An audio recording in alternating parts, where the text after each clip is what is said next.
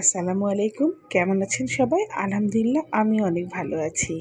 আজকে আমি পোস্ত দিয়ে পেঁয়াজ কলি ভাজি করছি আর সেটাই আপনাদের সঙ্গে শেয়ার করছি। তো আমি প্রথমে ফ্রাই প্যানে পরিমাণ মতো সরিষার তেল দিয়ে দিলাম, একটু বেশি করেই দিয়েছি। আর এর ভিতরে আমি ৫ ফোড়ন দিয়েছি আর হাফ চামচ হলুদের গুঁড়ো দিয়েছি। দিয়ে তেলটার ভিতরে আমি বেশ খানিকটা পেঁয়াজ কুচিও দিয়ে দিলাম। প্রায় ৭-৮টার মতো পেঁয়াজ কুচি দিয়ে দিলাম আর পরিমাণ মতো কাঁচামরিচও দিয়েছি, একটু ঝালঝালি হবে।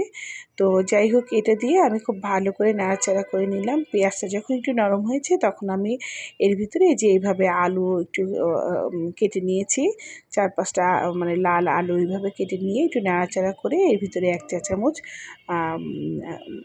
লবণ দিয়ে দিয়েছি।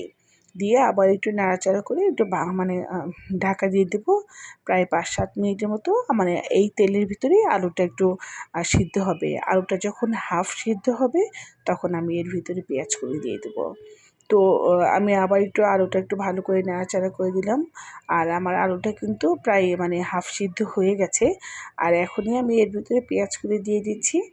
আর পেঁয়াজ কলি যেহেতু মানে প্রথম থেকে দিই নাই, কারণ বেশি আগে দিয়ে দিলে মানে পেঁয়াজ কলিটা বেশি একদম নরম হয়ে যায়। আমি একটু এরকম কাঁচা কাঁচা স্টাইলে রাখবো, এই জন্য আমি পেঁয়াজ কলিটা একটু পরেই দিয়েছি। তো পেঁয়াজ কলি দেওয়ার পরেও আমি আবার ২-৩ মিনিটের জন্য আবার একটু ঢাকা দিয়ে দিয়েছি।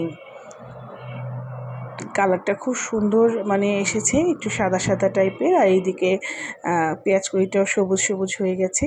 তো পেঁয়াজ কলিটাও একটু নরম হয়ে গেছে। আর পেঁয়াজ কলিটা নরম যখন হয়ে গিয়েছে তখন এর ভিতরে আমি মানে একটা টমেটো দিয়ে দিচ্ছি, ওই সাইজের করে কেটে দিয়েছি। কি সুন্দর সাদা সবুজ লাল একটা সুন্দর কালার এসেছে। তো এইটা কিন্তু ভাত দিয়ে খেতেও খুব মজা লাগে এবং রুটি দিয়ে খেতেও খুব মজা লাগে। আমার বাসায় এইটা খুব মানে ওরা পছন্দ করে। আর এই যে আমার মানে অলমোস্ট হয়ে গেছে ভাজি। আমি একটা মানে ফ্রাই প্যানে ২-৪ চামচ পোস্ত একটু ভেজে নিয়েছি লাল করে। নিয়ে আমি এই সবজিটার উপর পোস্তটা এইভাবেই মানে ছড়িয়ে দিলাম। অনেক মজা লাগে খেতে। আর আমার এই রান্নাটা যদি ভালো লাগে অবশ্যই লাইক, কমেন্ট, শেয়ার করবেন। আর সবাই একবার ট্রাই করে দেখবেন। আস্ত পোস্ত এভাবে খেতেও কিন্তু খুব ভালো লাগে।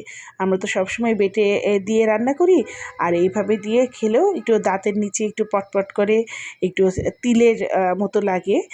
খুব মানে ভালো লাগে কিন্তু খেতে। তো সবাই আমার জন্য বেশি বেশি দোয়া করবেন। আর আমার জন্য অবশ্যই লাইক, কমেন্ট, শেয়ার করবেন, যেন আমি এরকম নতুন নতুন রেসিপি নিয়ে রান্না করি আর আপনাদের সামনে আবার আমার রান্নাগুলো দেখাতে পারি। আল্লাহ হাফেজ।